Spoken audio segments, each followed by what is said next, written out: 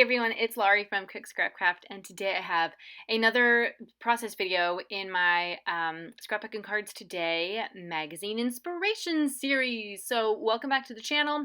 I've been doing every other Thursday a process video taking inspiration from something inside Scrapbook and Cards Today magazine. I usually get the latest issue for free with a scrapbook.com order. You can also subscribe to the magazine.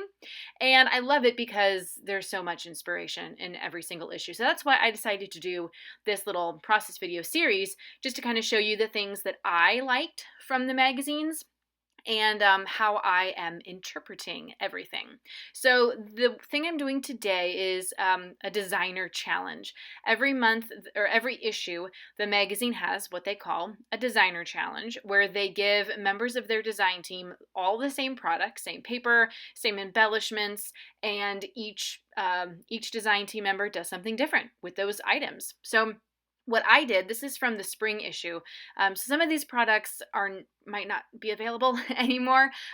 What I did was I purchased the same products as best that I could because I waited a little too long. Like I said, not all the products are still available, but I tried to get at least similar items from the same collection. So I got pretty much all the Welcome Spring pattern paper from Echo Park. There were some Hello Today foam stickers by Simple Stories. I think I got something similar, but I'm not sure it was the exact same thing. The Avenue Flower Ephemera by Pebbles I did not get. Instead, I had to purchase just stickers, regular stickers from that same collection. And then they also had Made with Love mini adhesive jewels by Doodlebug. And I don't know if I got, again, the exact same adhesive jewels, but I did get adhesive jewels. So this is my take on that challenge and just trying to create kind of a border for that pretty flower paper. So I used the pink plaid and I cut out the center so that I can use that for something else later on. And I adhered the flower paper on top of it. Now, I do it on top because when I cut out the middle, I sometimes, I don't do it very cleanly. You could, put the pattern paper behind the frame if your cutting is a little bit nicer, but I prefer just to do it on the top, and then everything sort of lines up pretty nicely. So I really liked these papers for this photo of my daughter. The pinks in the papers work well because my daughter's wearing a pink t-shirt. You can't really tell it from the photo, but she is. But I feel like the pink color sort of is reflecting off of her skin and hair. So it is there. And so that's why I really wanted to use this collection for this photo. It's a photo of her as a Disney Pixar character. Do you guys remember several months ago, I guess over the summer, when everybody was using the Voila AR app to digitize themselves into a Pixar-esque character? So this was what she looks like if she was animated in CG.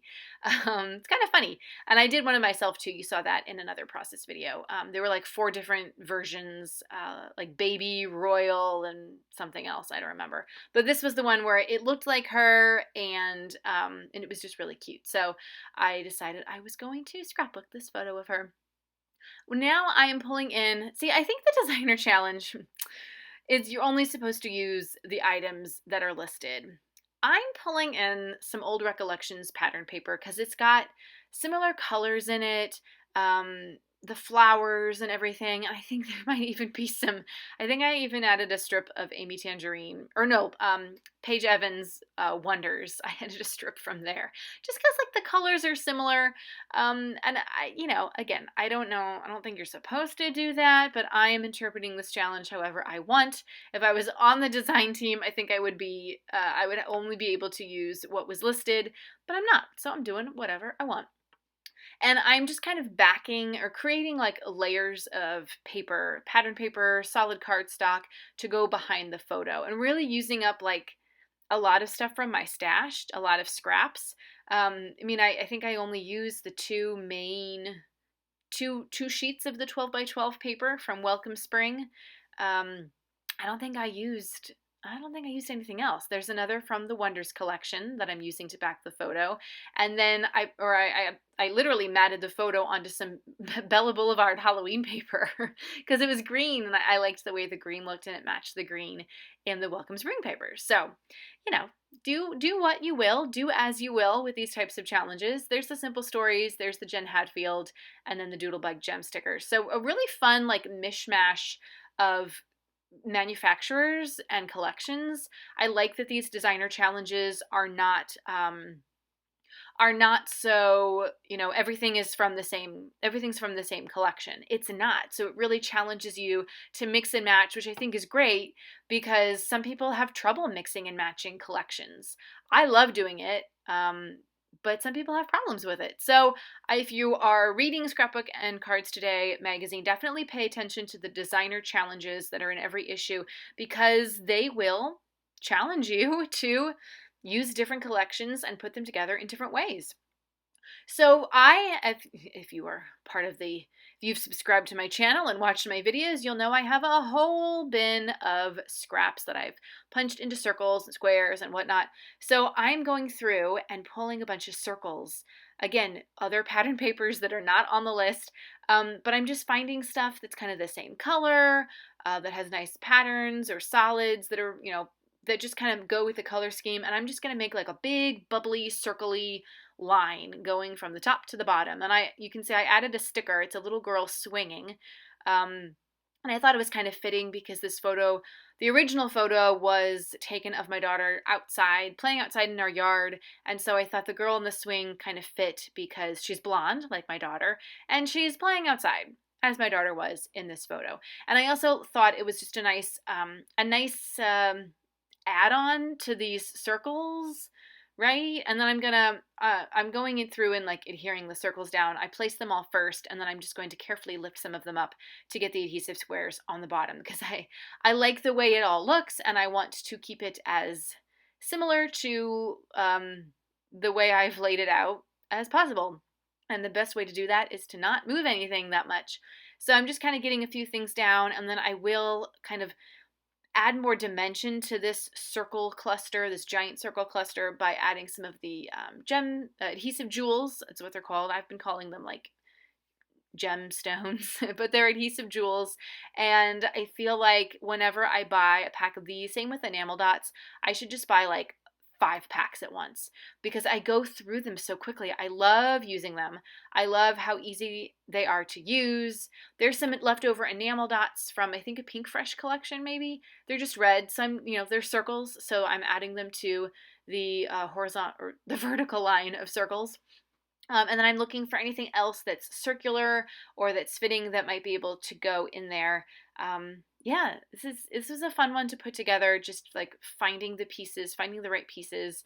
And as I said before, every other Thursday I am posting a video that is part of this Scrapbook and Cards Today Inspiration Series. The other 2 videos and this one you'll be able to find in the playlist that I created, Scrapbook and Cards Today Inspiration Series.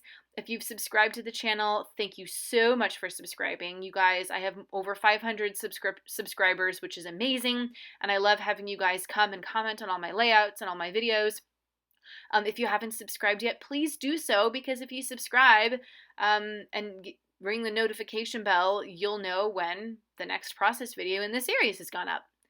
So trying to make it easy for you guys to always get inspiration here at the channel. So now I'm putting in some of those adhesive jewels, and you can see like just building out those circles. And the circles, the pieces of pattern paper circles are 1-inch circles, and I think 1.5 inch. I have multiple sizes of circle paper punchers, but I'm pretty sure it's 1 inch and like 1.5. So I just have to cut off the edges a little bit because some of my circles went off the paper. And now I can kind of like add a title and build out embellishments more around my photo. So some of the Jen Hadfield stuff, I really wish I'd been able to get the more of the Avenue. I said Jen Hadfield, it's Pebbles, but is it Jen Hadfield for Pebbles? I don't know. They're all owned by American Crafts. American Crafts has a monopoly on scrapbook manufacturing. So Anyway, um, so the styles are very similar, but that Avenue sticker sheet, I wish I'd gotten the flowers. It's okay. They had a house with a kind of a white house with a gold trim, a gold edging or whatever. I don't know, gold foil accent. So I put that behind because we're playing at our house at home. And then one of the stickers from the Simple Stories thing, it is puffy. I don't think it was the foam, but it is puffy, and so it gives it nice dimension there too. So I'm going to put that on top, and then I'm like, oh my gosh, I want something to go behind it so that nothing gets lost. So I'm going to add this little green polka dot piece of paper, which is also from the Old Recollections paper pad, and a little square of pink, neon pink, and again from my scrap bin. So I had these things already cut out in like 3x4 size, I think, or yeah, I think they were 3x4, and I'm just gonna kind of layer them up behind the photo like I'm making a tag or something, and then I'll put my stickers on top of that because I'm really trying to layer and create a lot of dimension here, and make it easy to see the embellishments that I'm using because some of them, like the stickers, are just flat. So yeah, and then I'm gonna add a title, and I'm almost done with this layout. I just love those American Craft stickers. Chamel recommended those in one of her Best of Both Worlds kits, and I just think the font and the little ombre color are so amazing. If you can still find those, I don't know what they're called because I don't have the like the sheet for them anymore. But if you can find them somewhere on scrapbook.com or paper issues, they are just so amazing. And now I'm doing the title with some Pink Fresh Puffy Alpha stickers. And yeah, let me know in the comments if you guys are subscribers to Scrapbook and Cards Today or if you are a regular reader. And if you have any questions or comments about the techniques that I'm using and the products that I'm using, I would be happy to answer those questions in the comments. The title of this is going to be Cartoon Cutie. I love using multiple alphas to create a title because especially I think it really makes, a title look fancier when you've got like a smaller size and a larger size. It's almost more like I feel like it looks more magazine-y. If you ever like read a magazine and you see all of their magazine spreads and how they do the titles and everything, and sometimes they've got different font sizes. That's kind of how I like to create with my scrapbook layouts, and kind of you can take inspiration from anywhere. So specific scrapbooking magazines or even any magazine that you read can be a source of inspiration for your crafting. So I'm cutting out some little journaling spots, again from this Recollections paper that I've had in my stash for many years. And I cut out, I think, 3. I just want to tell the story of what this photo is, and I need some journaling space to do that. So it was part of a longer strip of paper, so it was like maybe 2 inches by 12 inches, and I'm just cutting out this specific blank spots. So there's a little flower in each one. If I had thought about it a little bit more, I think I would have alternated the way the flowers look, but I didn't, so whatever. And now I'm just kind of writing that all down, and then I will adhere them all down in a sort of offset, haphazard way. I don't want them to all to be all lined up, straight in a line. I want them to kind of be like, woo, if that makes sense. If you know what I mean by that sound, then you and I are kindred souls, and you are probably a scrapbooker or two. Yeah. Anyway, so that's my layout for today. The close-ups are going to be following, and I hope that you were inspired today. Like I said, not next Thursday, but the Thursday after will be another video in this series, and I cannot wait to share with you all the stuff that has been inspiring me from this magazine. I can't wait to get the fall issue. The fall issue, I think, is out now at the time of this video has gone live. So I definitely need to make a scrapbook.com order so that I can get that magazine. And I would encourage you to do the same as well because it's really a fun magazine and it gives a lot of nice inspiration. So that's going to do it for me. I guess I'm going to stop talking and I'll just play some music to finish it out because I really have nothing else to say.